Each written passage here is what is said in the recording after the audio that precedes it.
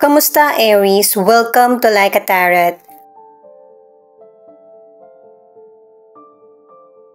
Alamin natin kung ano ang nangyayari sa buhay mo, sa relasyon, sa iyo, at saka sa person mo. Para sa mga bagong viewers, ang reading na ito ay timeless reading, general reading at guide po lamang kaya hindi magre-resonate sa lahat. Kunin mo lang yung akma sa sitwasyon mo. At kung kailan mo ito napanood, yun ang start ng 1 week reading para sa iyo. Ikaw na bahala magpalit kung si person mo ito o ikaw.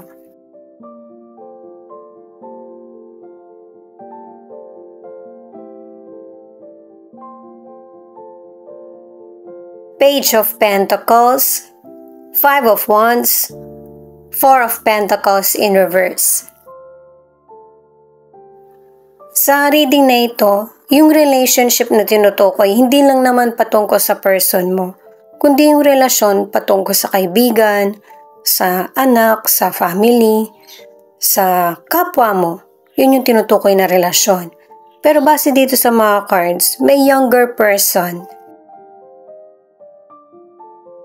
na sumusunod naman siya sa kung ano yung sinasabi sa kanya or kung ano yung tradisyon na nakagawian. Pero meron talagang panahon na hindi kayo nagkakasundo ng younger person na ito. Or kahit may edad na siya, kung person naman ito, may pagka-immature sa situation. Kaya yung pag-uusap nyo lang sana ay nauuwi sa argumento. Nasisira yung relasyon nyo, ang ilan sa inyo, umalis na lang itong person na to sa bahay mo o sa bahay nyo. Ito yung nagpapalungkot sa'yo or nagpapagalit kasi hindi maunawaan ng person kung ano talaga yung punto mo sa situation. Tapos, hindi patuloy kayo nagkaroon ng pag-uusap, hindi natapos. Sa trabaho naman o kaya negosyo, iniisip mo kung ipagpapatuloy mo ba ito o hindi na lang. Pero pinapaalala sa iyo ng mga cards na anuman yung mga pasukan mo na trabaho or career, isa rin ito sa way na para mabalanse mo yung emosyon mo at saka kung paano aayusin yung problem. Ang ilan sa inyo yung trabaho na pinasukan mo, training lang o kaya temporary na trabaho. At saka ano man yung trabaho na pasukan mo, eskwelahan, sa family, meron talagang person na hindi ka makakasundo or may ibang pag-uugali. Ang isipin mo ay yung future mo at saka kung paano mo mareresolbahan yung bawat problemang dumarating sa iyo sa career man or love. Itong King of Cups naman, kapag meron kang iba't ibang pinagdaraanan sa relasyon mo sa kapwa, kailangan mo din ng opinion ng iba or advice. Kahit na hindi mo idetalye kung ano man yung nararamdaman mo or sitwasyon. May mga Aries kasi na private na person. Hindi ka masyado nagkukwento patungkol sa buhay mo, basta nagpapatuloy ka lang. Pero minsan hindi rin nakakabuti sa iyo. Kaya kapag hindi mo kaya, magsabi ka sa family mo, yung mga mapagkakatiwalaan mo. Ang ilan sa inyo sa career ay naghahanap pa lang ng trabaho. Huwag kang mawala ng pag-asa kasi pinapakita sa mga cards na nagkakaroon ng delay. Magpatuloy ka pa rin na maghanap. Humingi ka rin ng tulong sa mga kakilala mo para magkaroon ka kaagad kasi yun yung pinapakita ng cards. Connected itong marriage na card sa relationship na ang ilan sa inyo importante sa relasyon. Yung teamwork kasi yun yung kakulangan.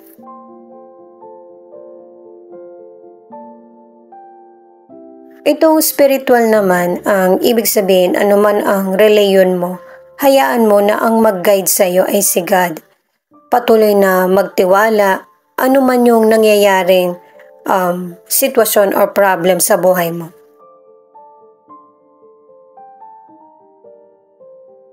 Itong angel number naman ay sign or tulay na para makakonekta ka sa physical at spiritual sa guide mo. Sa relationship, ang ilan sa inyo, okay yung relasyon nyo. Kaya lang, kapag nagkakaroon kayo ng tampuhan, huwag na itong palalimin pa or huwag pairalin yung galit. Kasi mas lalo lang madedelay yung pagkakasundo. Lalo na kapag meron kang gustong malaman, huwag mo siyang palayuin. Diba sabi nga nila, keep your enemy close. Para naman sa ilang single, pinapaalalahanan ka na ng mga cards na merong potential person ka makikilala, pero marami siyang responsibilidad at saka practical itong person na ito. Kaya mahihirapan ka na makuha yung atensyon niya. Ito yung cards mo, 8 of Cups, Queen of Pentacles in reverse at the Hermit. Itong card na ito ay maging warning sa iyo, lalo na kung hindi pa nangyayari. Kasi pangalawang card na to kahit card mo na ito, pinapakita na merong person na inabandon na yung connection sa iyo o kaya bigla ka na lang nilayasan. Kaya hindi mo na maisip yung mga obligasyon mo kasi yung damdamin mo tsaka isip mo nandun sa person na umalis. At dahil nga sa apektado ka, gabi-gabi mo itong iniisip at saka iniisip mo rin kung ano ba yung mga pagkakamali mo or ano ba yung kulang. Dalawang cards na yung nagsasabi niyan na hindi mo na maatupag yung mga responsibilidad. Pero para sa ilan, ang cards na ito at tinutukoy na kung meron mang sitwasyon na nagpapalungkot sa iyo, wala ka na doon. Kumbaga, tinatapos mo na yung cycle na ito. At isa-isa mo nang iniisip kung ano yung mga dapat mong i-priority. Sa financial naman, ang ilan sa inyo, nag-iisip ka ng iba't ibang paraan kung paano ka magkakaroon ng dagdag kita. Dahil sa kagustuhan mong maging magaan yung pamumuhay nyo, parang mas lalo ka pang nahihirapan. Kasi nga, hindi balanse yung kita kesa sa mga gastusin. At saka, ang ilan sa inyo sa financial, sakto lang. Minsan, nagkukulang pa. Sa totoo lang, hindi ka naman magastos Pero, yung kapakanan ng mga tao sa paligid mo or connected sa iyo ang mas iniisip mo. Kaya napapagastos ka. Para sa mga single, marami ka nang binigyan ng pagkakataon para makarelasyon pero hindi mo pa rin mahanap yung the one. Itong Four of Swords ay pangalawang card na para sa calmness or maghinay-hinay.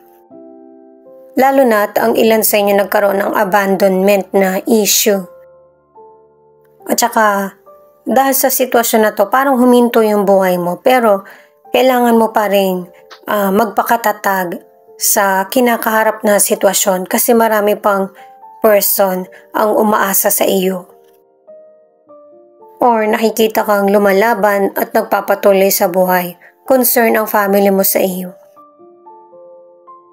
Single ka man or nasa relationship, pinapakita sa mga cards kaya nagkaroon ng abandonment or separation ay dahil sa merong third party na issue. Ang ilan naman kaya natapos ang relasyon, single ka man or nasa relationship, kasi nawala yung feelings or excitement. Itong card na illusion ay pangalawang card na iwasan mo na matrap ka sa situation na hindi na gumagana, lalo na kung sa connection ito or nakaraang relationship.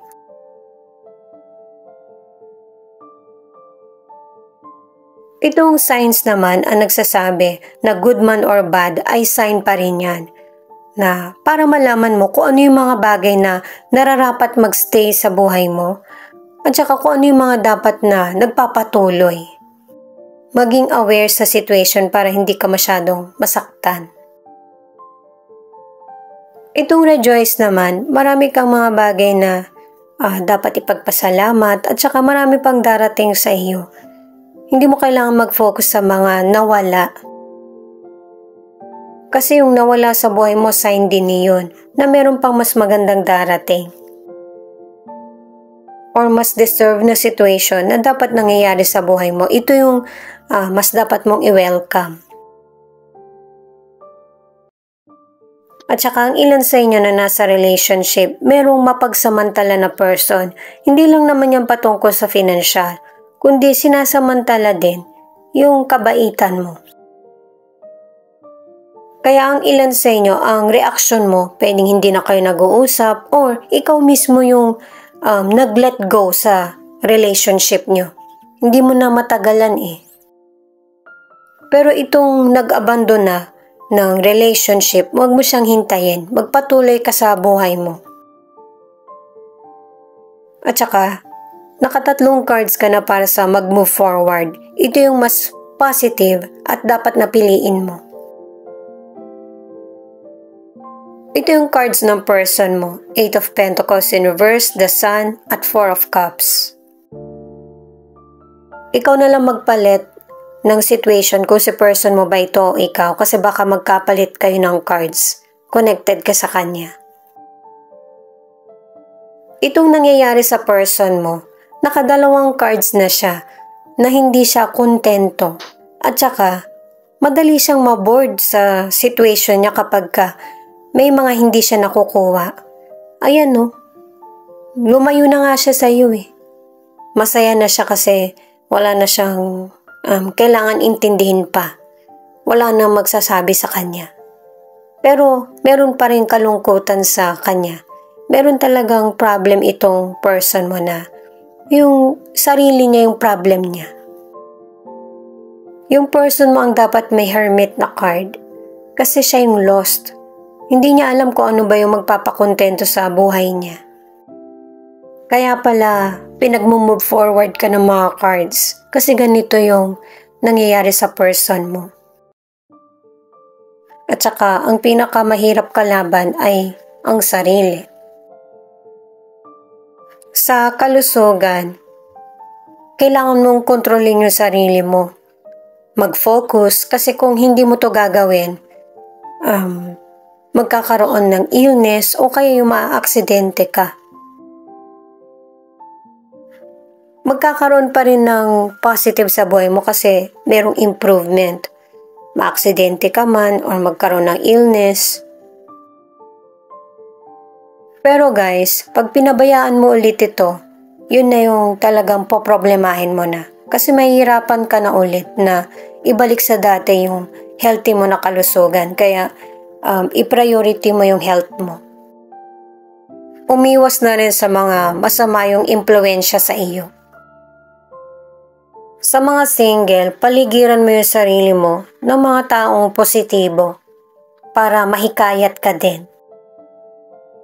Ito muna guys, yung King of Wands. Kasi sa person mo, mas bigyan niya ng pansin yung buhay niya ngayon para magiging successful siya at professional sa future. Magkaroon siya ng strong conviction, yung tiwala sa sarili para matupad niya yung mga goals niya tsaka pangarap sa buhay. Lalo na importante yung focus. Kung ikaw yung nag-abandon na sa relationship, yung responsibilidad, huwag mong kalimutan. At saka sa mga single, sa umpisa, makikita mo doon sa potential person na tingin mo siya na talaga yung para sa iyo. Pero meron kang malalaman patungkol sa kanya na hindi mo magugustuhan. Pero bago mo to pagdesisyonan, hihingin mo muna yung advice ng iba. Itong respect, ikaw man yung may kasalanan or hindi, kailangan ito talaga yung ipinapairal para makaani ka rin ng respeto sa kapwa. At saka ito rin, emosyon. Kailangan din pairalin mo ito. Hindi puro isip lang or sariling emosyon. Kailangan mong bumalanse. Connected yung cards mo. Ito rin, yung learn. May mga sitwasyon sa buhay ng person mo or sa buhay mo na kailangan mong matutunan. Napaka-importante nito para mas lalong mag-grow at saka magkaroon ng improvement ang buhay mo nang hindi ka makaisip ng kalungkutan or panghihinayang. Sa relationship naman, gusto ng changes ng person mo. Pero, ang iniisip niya lang kung ano yung mangyayari ngayon. Pero hindi niya iniisip kung ano yung magiging outcome or overall result. Sa umpisa, magiging happy talaga siya at saka kalagitnaan. Pero sa huli, makakaramdam pa rin siya ng kalungkutan or kakulangan. Ito yung angel number mo. 12:12. It's a reminder that your angels are supporting you in manifesting your dreams and life purpose. So trust in the process, stay positive, and start taking steps. Ganun pa rin, pinag-move forward ka ng guide mo.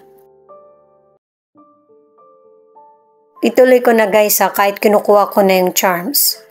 Na sa relationship, kung nagbago ang isip ng person mo sa iyo, magbabago din yung isip niya sa napagdesisyon na niya. Diba nga, inabandon na niya yung relasyon niyo. Ito naman yung charms na posibleng nandito yung zodiac sign ng person mo. Ito yung nangunguna sa 12 zodiac. Pwede rin ipakita yung zodiac sign mo dito. Ikaw na lang bahalang tumukoy.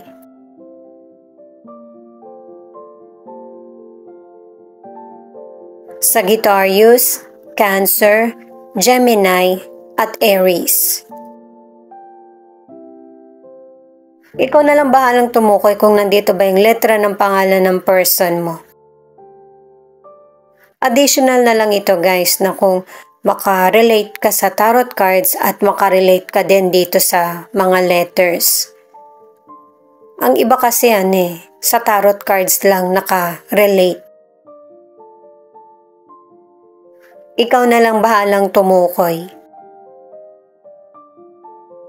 Siya nga pala guys, thank you sa mga nag-like, share, comment, and subscribe. Ingat po kayo palagi, saan man kayo naroon.